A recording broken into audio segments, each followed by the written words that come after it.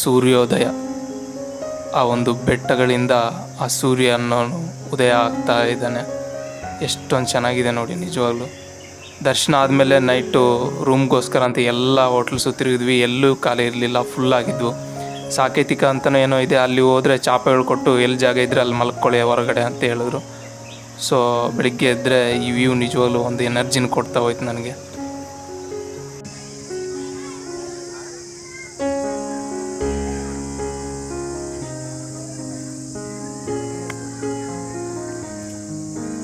ಸುಬ್ರಹ್ಮಣ್ಯಕ್ಕೆ ಹೋಗೋಣ ಅಂತ ಓಡ್ತಿರ್ಬೇಕಾದ್ರೆ ಧರ್ಮಸ್ಥಳದಲ್ಲೇ ಅಲ್ಲೇ ಎಂಟ್ರೆನ್ಸಲ್ಲಿ ಗುಮ್ಟೇಶ್ವರ ಅಂದರೆ ಬಾಹುಬಲಿ ಬೆಟ್ಟ ಅಂತ ಕೇಳಿರ್ತೀವಿ, ಸೌಜನ್ಯ ಕೇಸಲ್ಲಿ ಜಾಸ್ತಿ ಕೇಳಿರ್ತೀವಲ್ಲ.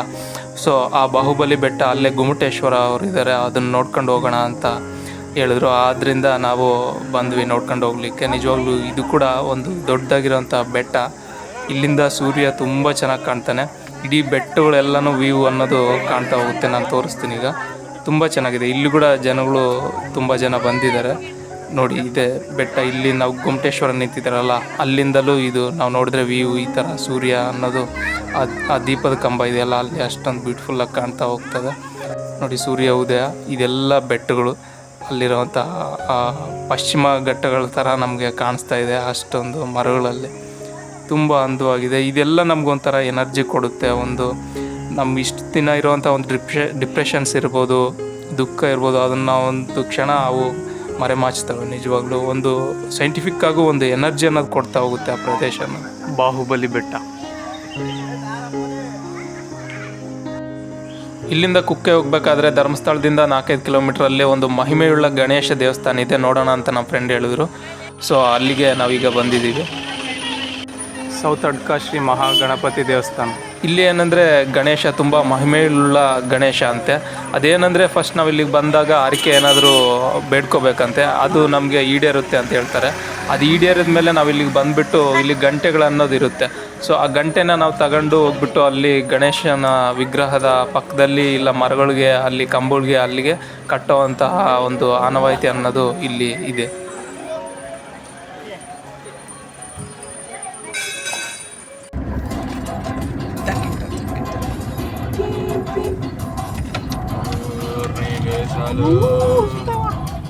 ಕುಕ್ಕೆ ಸುಬ್ರಹ್ಮಣ್ಯ ಹೋಗ್ತಾ ಇದೀವಿ ಈಗ. ಸೌತ್ ಅಡ್ಕ ಗಣೇಶ್ ಟೆಂಪಲ್ಗೆ ಹೋಗಿ ಬಂದ್ವಿ ಧರ್ಮಸ್ಥಳದಿಂದ. ಸೌತ್ ಅಡ್ಕದಲ್ಲಿ ನಮಗೊಬ್ರು ಹೊಸ ಕ್ಯಾಂಡಿಡೇಟ್ ಜಾಯ್ನ್ ಆಗಿದೆ ನೋಡಿ. ಹೆಂಗಿದೆ ಈ ಥರ ಇನ್ನೂ ಒಳ್ಳೊಳ್ಳೆ ವಿಡಿಯೋಸ್ ಬೇಕಂದರೆ ಈ ಚಾನಲ್ಗೆ ಜಾಯಿನ್ ಆಗಿ. ಈ ಚಾನಲಿಗೆ ಫಸ್ಟ್ ಜಾಯಿನ್ ಆದವ್ರಿಗೆ 100 ರೂಪೀಸ್ ಕೊಡಲಾಗುತ್ತೆ. ನಾನಲ್ಲ, ಅವನು. ಗಣೇಶ ದೇವಸ್ಥಾನದಿಂದ ಬಂದಮೇಲೆ ನಾವು ಟಿಫನ್ ಮಾಡಬೇಕಾಗಿತ್ತು. ಆದ್ದರಿಂದ ನಾವು ಎಲ್ಲಾದರೂ ಹೋಟ್ಲ್ಸ್ ಇದ್ದಾವೇನೋ ಅಂತ ಹುಡುಕ್ತಾ ಹೋದ್ವಿ. ಸೊ ಆ ಬೆಟ್ಟದಲ್ಲೇ ಒಂದು ಹೋಟ್ಲ್ ಅನ್ನೋದು ಬರೀ ಹೋಟ್ಲ್ ಅಷ್ಟೇ ಇತ್ತು ಅದು. ಸೊ ಮನೆಗಳು ಯಾವುದೇ ಹಳ್ಳಿ ಏನೂ ಇರಲಿಲ್ಲ. ಸೊ ಅಲ್ಲಿಗೆ ಹೋದ್ವಿ. ಚೆನ್ನಾಗಿತ್ತು. ಅಲ್ಲಿ ಸ್ಪೆಷಲ್ ಏನಂದರೆ ಈ ಕಡೆ ಎಲ್ಲ ನೀರು ದೋಸೆ ಅಂತ ಹಾಕ್ತಾರೆ, ತುಂಬ ಚೆನ್ನಾಗಿರುತ್ತೆ. ಅದ್ರ ಜೊತೆಗೆ ಕೊಬ್ಬರಿ ಬೆಲ್ಲ ಹಾಕಿರೋವಂಥದ್ದು ಒಂದು ಸ್ವಲ್ಪ, ಮತ್ತು ಕೊಬ್ಬರಿ ಚಟ್ನಿ ಸಾಂಬಾರು ಕೊಡ್ತಾರೆ. ತುಂಬ ಚೆನ್ನಾಗಿತ್ತು. ಮತ್ತು ಚಿತ್ರಾನ್ನ ಆಲ್ಸೋ ಮಾಡಿದರು. ಚಿತ್ರಾನ್ನೂ ತುಂಬ ಚೆನ್ನಾಗಿತ್ತು. ಅಂದರೆ ಏನು ಡಿಫ್ರೆಂಟ್ ಅಂದರೆ ನಮ್ಮ ಸೈಡ್ ಸ್ವಲ್ಪ ಉಪ್ಪು ಖಾರ ಜಾಸ್ತಿ ಇರುತ್ತೆ, ಇಲ್ಲಿ ಉಪ್ಪು ಖಾರ ಅನ್ನೋದು ಕಡಿಮೆ ಇತ್ತು. ಬಟ್ ಟಿಫನ್ಸ್ ಎಲ್ಲ ತುಂಬಾ ಚೆನ್ನಾಗಿತ್ತು. ಒಂಥರ ಸ್ಪೆಷಲ್ ಟೇಸ್ಟ್ ಅನ್ನೋದು ಬರ್ತಾ ಇರುತ್ತೆ. ಬಂದಮೇಲೆ ಈ ಕಡೆ ಒಂದು ಸರಿ ತಿನ್ಬೇಕಾ ನೀರು ದೋಸೆ ಅನ್ನೋದು ತುಂಬ ಫೇಮಸ್. ಈ ಕಡೆ ನೀರು ದೋಸೆ ಅನ್ನೋದು ಚಿಕ್ಕಮಗಳೂರು ಸೈಡು ಈ ಕಡೆ ಎಲ್ಲ ಚೆನ್ನಾಗಿರುತ್ತೆ. ಒಂದು ಸರಿ ಟ್ರೈ ಮಾಡಬೇಕು. ಮತ್ತು ನೋಡಿ, ಇದು ಫಾರೆಸ್ಟ್ ಎಷ್ಟೊಂದು ದಟ್ಟವಾಗಿದೆ. ಇದು ಧರ್ಮಸ್ಥಳಕ್ಕೆ ಬಂದ್ವಲ್ಲ, ಅಲ್ಲಿ ಘಾಟ್ ಸೆಕ್ಷನ್ನು. ಈ ಕಡೆ ಫಾರೆಸ್ಟ್ ಅನ್ನೋದು ತುಂಬ ದಟ್ಟವಾಗಿರುತ್ತೆ. ಈ ಕಡೆ ಎಲ್ಲ ನಾವು ಕುಕ್ಕೆಗೆ ಹೋಗ್ಬೇಕಾದ್ರೆ ಈ ರೋಡಲ್ಲೆಲ್ಲ ಇದೇ ಒಂಥರ ಸ್ಪೆಷಾಲಿಟಿ ಈ ಕಡೆ. ಮತ್ತು ಇಲ್ಲಿ ಇದು ಅಬ್ಸರ್ವ್ ಮಾಡಿ, ಇದು ಸಿಟಿ ಅಂತೆ. ಇದು ನೋಡಿ ಯಾವ ಥರ ಇದೆ ಸಿಟಿ. ನಮ್ಮ ಸೈಡ್ ಸಿಟಿ ಅಂದರೆ ಹೆಂಗಿರುತ್ತೆ, ಇಲ್ಲಿ ಹೆಂಗಿದೆ ಸಿಟಿ ಅನ್ನೋದು. ಆ ಮನೆಗಳು ನೋಡಿ, ಎಲ್ಲೂ ಸೆಕೆಂಡ್ ಫ್ಲೋರು ಆ ಥರ ಇಲ್ಲ, ಎಲ್ಲ ಸಿಂಗಲ್ ಫ್ಲೋರೆ. ಮತ್ತು ಎಲ್ಲ ಹಂಚು. ಆ ಬಸ್ ಸ್ಟಾಪ್ ನೋಡಿ, ಅದು ಈಗ ಹೋಗಿದ್ದು ಬಸ್ ಸ್ಟಾಪ್ ಯಾವ ಥರ ಇದೆ, ಆಫೀಸ್ ಇರ್ಬೋದು. ಇದು ಸಿಟಿ ಅಂತೆ. ನಾವು ಒಂಥರ హళ్ళి ಅಂದ್ಕೊಂಡಿದ್ದೆ ನಾನು.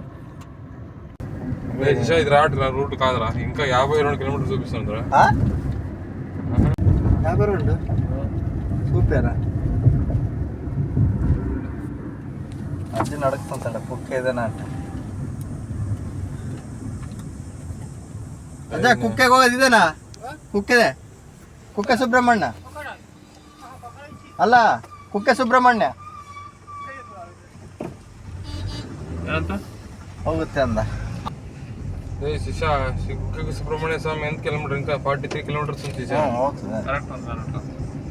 ఆడ మన స్ట్రైట్ రూట్ లో పోల్చిండలే ఈ రూట్ లో ಸ್ಟ್ರೈಟ್ ಯಾರ್ಡ್ ಉಂಡ ಆಡ ಅದೇ ರೈಟ್ ಪಾಯಿಂಟ್ ಬೆಂಗಳೂರು. ಕುಕ್ಕೆ ಸುಬ್ರಹ್ಮಣ್ಯ ಹೋಗ್ಬೇಕಂತ ಹೊರಟ್ವಿ, ಎಲ್ಲೂ ದಾರಿ ಗೊತ್ತಾಗ್ಲೇ ಇಲ್ಲ, ಭಾಳ ಮಿಸ್ ಆಗೋಯ್ತು. ಅಲ್ಲೊಂದು ಇಬ್ಬರನ್ನ ಕೇಳಿದ್ವಿ, ಅವ್ರ ಲ್ಯಾಂಗ್ವೇಜ್ ಕೂಡ ಒಂಥರ ಡಿಫ್ರೆಂಟ್ ಆಗಿತ್ತು. ಬಟ್ ಲಾಸ್ಟಾಗಿ ಒಬ್ಬಾತ ಪಾಪ ಆಟೋ ನಿಲ್ಸ್ಬಿಟ್ಟು ಇಳಿದು ಬಂದ್ಬಿಟ್ಟು ರೂಟ್ ಎಲ್ಲ ಕರೆಕ್ಟಾಗಿ ಹೇಳ್ದ, ಯಾರನ್ನೂ ಕೇಳಬೇಡಿ ಅಂತ ಹೇಳಿದ್ರು. ನೋಡಿದ್ವಿ, ನಾವು ಹೋಗ್ತಾ ಇದ್ರೆ ಮ್ಯಾಪ್ ಪ್ರಕಾರ ಇದು ಯಾವುದೋ ರೆಡ್ ಮಾರ್ಕಲ್ಲಿತ್ತು, ಇದರಲ್ಲೇ ಹೋಗ್ತಿದ್ವಿ. ಯಾವುದೋ ವೆಹಿಕಲ್ಸು ಕಾಣ್ತಾ ಇಲ್ಲ, ಫುಲ್ಲು ಫಾರೆಸ್ಟ್ ಇದೆ, ಒಂಥರ ಭಯಂಕರವಾಗಿದೆ ರೋಡ್ ಕೂಡ. ಇದರಲ್ಲಿ ಹೋಗ್ತಾ ಇದೀವಿ, ನೋಡೋದು ಅದೇನಾಗುತ್ತೆ. ಬದುಕಿದ್ರೆ ಆಮೇಲೆ ಇನ್ನೊಂದು ಅಪ್ಡೇಟ್ ಕೊಡ್ತೀನಿ. ಏನಾಗುತ್ತೆ ನೋಡೋಣ ಅಂತೀಯಲ್ಲ. ಬದುಕಿದ್ರೆ ಇನ್ನೊಂದು ಅಪ್ಡೇಟ್ ಕೊಡ್ತೀನಿ. ಆಟೋ ದೇವದ ರೂಟ್ಗಳು ಇರ್ಬೋದು ಅಂತಿದ್ದಾರೆ, ನೋಡೋ ಅವಕಾಶ ಸಿಕ್ಕರು ಸಿಗ್ಬೋದು. ಸನ್ಪಿಲೋಳಕ್ಕೆ ನೀವು ಸನ್ಪಿಲೋಳ ಅವ್ರು ಅಂತ ನೀವು ಸಬ್ಸ್ಕ್ರೈಬರ್ಸ್ ಮಾಡತ್ತ ಬಾಕ್ಸ್ ಬಿಲೋ 15 ಬಿಲೋ 10 ಕಾಣಿಸ್ತಾ ಇದೆ ನೋಡಿ. ಬಂತು ನೋಡಿ,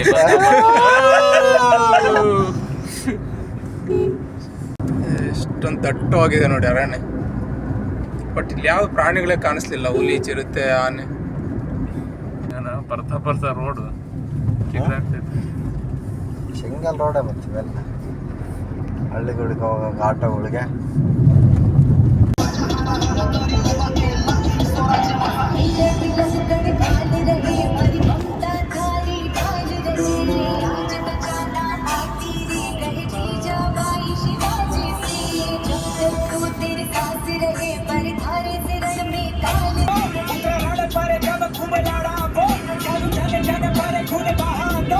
ಟೈರ್ಗಳು ನೋಡ ಎಷ್ಟು ವೆಯ್ಟ್, ಇಡೀ ಬಸ್ ವೆಯ್ಟ್ ತಡೀತವೆ. ಏನು ಪವರ್ ಇರ್ತವೆ ಟೈರ್ ಆಗಿ. ಆ ಗಾಳಿನ ಹಿಡಿದಿಟ್ಕೊಂಡು ದಮ್ ಬೇಕಲ್ಲ ಟೈರ್ಸ್ಗೆ. ಮಾಡಿರ್ತಾರಲ್ಲ ರಬ್ಬರು. ಇದು ಎಷ್ಟೊಂದು ದಟ್ಟವಾಗಿದೆ ಫಾರೆಸ್ಟ್ ಅನ್ನೋದು. ನಾವು ಹೋಗ್ತಾ ಇರೋದು ಒಂದು ದಟ್ಟವಾದ ಫಾರೆಸ್ಟಲ್ಲಿ ಒಂದು ಚಿಕ್ಕ ರೋಡಲ್ಲಿ ಹೋಗ್ತಾ ಇರೋ ಥರ ಇದೆ.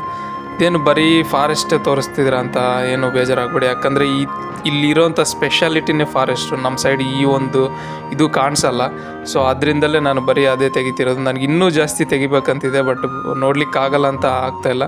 ಈ ಫಾರೆಸ್ಟೇ ನಿಜವಾಗ್ಲೂ ಎಷ್ಟೊಂದು ಬ್ಯೂಟಿಫುಲ್ ಆಗಿದೆ. ಪ್ರಾಣಿಗಳು ಕಾಣ್ತಿಲ್ಲ, ಯಾಕಂದರೆ ಬೆಟ್ಟ ಗುಡ್ಡಗಳಲ್ಲ, ಅದರಿಂದ ಆನೆಗಳು ಇರಲ್ಲ, ಮೋಸ್ಟ್ಲಿ ಹತ್ತಿ ಇಳಿಲಿಕ್ಕಾಗಲ್ಲ ಆನೆಗಳಿಗೆ. ಆದ್ದರಿಂದ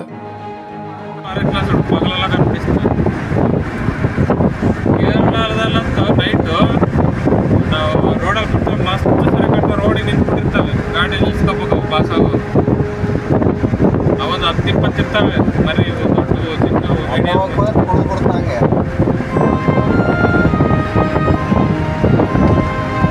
ನಾವು ಧರ್ಮಸ್ಥಳಕ್ಕೆ ಬರಬೇಕಾದ್ರೆ ಘಾಟ್ ಸೆಕ್ಷನ್ ಅನ್ನೋದಿತ್ತು ಜಾಸ್ತಿಯಾಗಿ, ಬೆಟ್ಟಗಳನ್ನೋದು ತುಂಬ ಕಾಣ್ತಾ ಇದ್ವು. ಈ ಕಡೆ ನಾವು ಧರ್ಮಸ್ಥಳದಿಂದ ಕುಕ್ಕೆ ಸುಬ್ರಹ್ಮಣ್ಯ ಹೋಗ್ಬೇಕಾದ್ರೆ ಇಲ್ಲಿ ಫಾರೆಸ್ಟ್ ಏರಿಯಾ ಅನ್ನೋದು ತುಂಬ ಇದೆ, ಬೆಟ್ಟಗಳು ತುಂಬ ಇದ್ದಾವೆ. ಬಟ್ ನಮಗೆ ರೋಡಲ್ಲಿ ಜಾಸ್ತಿ ಕಾಣಿಸೋದು ಏನಂದರೆ ನದಿಗಳು ಕಾಣಿಸ್ತಿದ್ದಾವೆ, ಮತ್ತು ರೋಡ್ಗೆ ಹತ್ರನೇ ತುಂಬ ಹೈಟ್ ಆಗಿರೋವಂಥ ಒಂದು ಮರಗಳನ್ನು ನಾವು ಕಾಣಿಸ್ತವೆ. ಮತ್ತು ಆ ನದಿಗಳ ಪಕ್ಕದಲ್ಲೇ ಮನೆಗಳು, ಅಲ್ಲೊಂದು ಮಾತ್ರ ಇರ್ತವೆ ಮನೆಗಳು, ಅದು ಹೆಂಚಿನ ಮನೆಗಳು. ಸೊ ಜಾಸ್ತಿ ಮನೆಗಳು ಒಂದೇ ಹತ್ರ ಇದ್ಬಿಟ್ಟು ಹಳ್ಳಿ ಥರನೂ ಇಲ್ಲ, ಅಲ್ಲೊಂದು ಸ್ವಲ್ಪ ಇದೆ. ನಿಜವಾಗ್ಲೂ ಜನ ಹೆಂಗೆ ಬದುಕ್ತಾರೆ ಇಷ್ಟೊಂದು ದಟ್ಟವಾಗಿ. ನಾವು ಹೋಗ್ತಿರ್ಬೇಕಾದ್ರೆ ನಮ್ಗೆ ಯಾವಾಗೋ ಒಂದು ಸರಿ ಹೋಗಿರ್ತೀವಿ, ಥ್ರಿಲ್ಲಿಂಗಾಗಿ ಅನಿಸುತ್ತೆ. ನೋಡಿ ಬಸ್ ಸ್ಟಾಪ್, ಅದು ಒಂಥರ ಡಿಫ್ರೆಂಟಾಗಿದೆ ಬಸ್ ಸ್ಟಾಪ್ ಅನ್ನೋದು. ಎಲ್ಲ ಒಂಥರ ಡಿಫ್ರೆಂಟಾಗಿರುತ್ತೆ. ನಾವು ಕೆಲವು ಸಿನಿಮಾಗಳಲ್ಲಿ ನೋಡ್ತೀವಿ, ಅದು ಆ ಫೀಲ್ ಅನ್ನೋದು ನಾವು ಡೈರೆಕ್ಟಾಗಿ ನೋಡಿರೋ ಥರ ಅನಿಸುತ್ತೆ. ಜನಗಳು ತುಂಬ ಥ್ರಿಲ್ಲಿಂಗ ಅನಿಸಿದ್ರು ಅವ್ರಿಗೆ ಕಷ್ಟನೇ ಅನಿಸುತ್ತೆ, ಯಾಕಂದರೆ ಜಾಸ್ತಿ ಕಮ್ಯುನಿಕೇಷನ್ಸ್ ಇರೋಲ್ಲ. ಅಂದರೆ ಹತ್ತತ್ರ ಜನಗಳಿರಲ್ಲ, ಒಬ್ಬರೇ ಮನೆಗಳಿರ್ತವೆ, ಏನಾದರೂ ಕಳ್ಳರು ಬರ್ಬೋದು, ಪ್ರಾಣಿಗಳು ಬರ್ಬೋದು. ನೋಡಿ ಇದು ರೈಲ್ವೆ ಟ್ರ್ಯಾಕ್, ಅದು ರೈಲ್ವೆ ಟ್ರ್ಯಾಕ್ ಹೋಗಿದೆ ಮೇಲೆ. ಈ ಬೆಟ್ಟದಲ್ಲಿ ಕೂಡ ರೈಲ್ವೆ ಟ್ರ್ಯಾಕ್ ಹೋಗಿದೆ. ನಿಜವಾಗ್ಲೂ ಅದು ಕಾಣಿಸುತ್ತೆ ನಮಗೆ, ಅದು ಇನ್ನೂ ಥ್ರಿಲ್ಲಿಂಗ್ ಆಗಿರುತ್ತೆ. ಇಂಥ ಬೆಟ್ಟಗಳಲ್ಲಿ ಯಾವ ಥರ ಅದು ಟ್ರ್ಯಾಕ್ ಹಾಕಿದ್ರು ಎಷ್ಟು ಕಷ್ಟ ಇರಬೇಕು, ರೋಡ್ ಹಾಕೋದೇ ಕಷ್ಟ. ಇದಿನ್ನೂ ಪರವಾಗಿಲ್ಲ.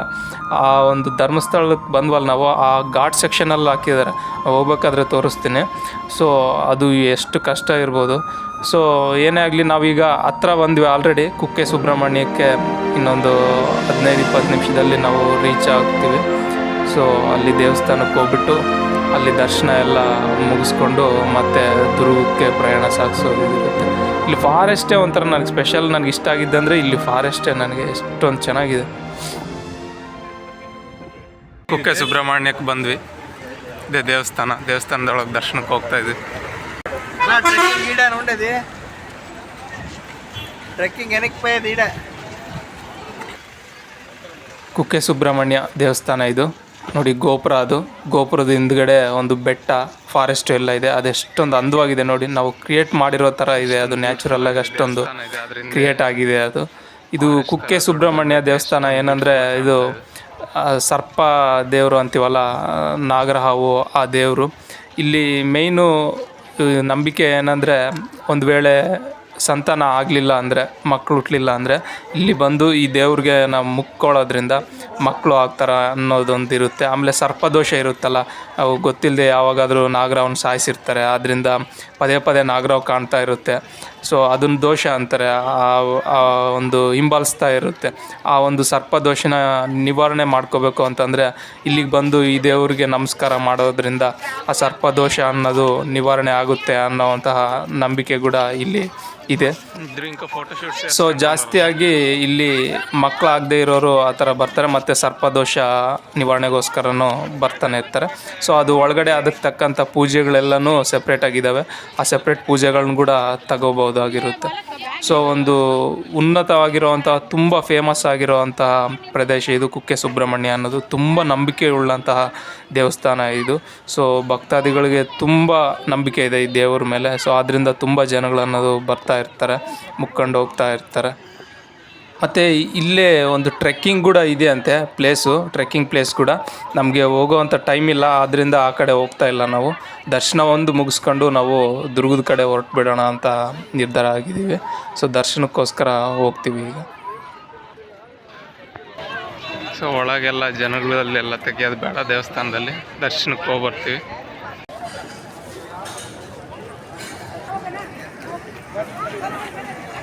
ದೇವ್ರ ದರ್ಶನ ಎಲ್ಲ ಮುಗೀತು. ಈಗ ಡೈರೆಕ್ಟ್ ಇಲ್ಲಿಂದ ಚಿತ್ರದುರ್ಗಕ್ಕೆ ರಿವರ್ಸ್ ಬರೋದು. ಅಲ್ಲಿ ಧರ್ಮಸ್ಥಳ ಮತ್ತು ಅಲ್ಲೊಂದು ಗಣಪತಿ ದೇವಸ್ಥಾನ ಮತ್ತು ಇಲ್ಲಿ ಕುಕ್ಕೆ ಸುಬ್ರಹ್ಮಣ್ಯ 3 ಕಡೆ ದರ್ಶನ ಮುಗಿದೋಯ್ತು. ಈಗ ಚಿತ್ರದುರ್ಗಕ್ಕೆ ರಿವರ್ಸ್ ಮಾಡೋದು.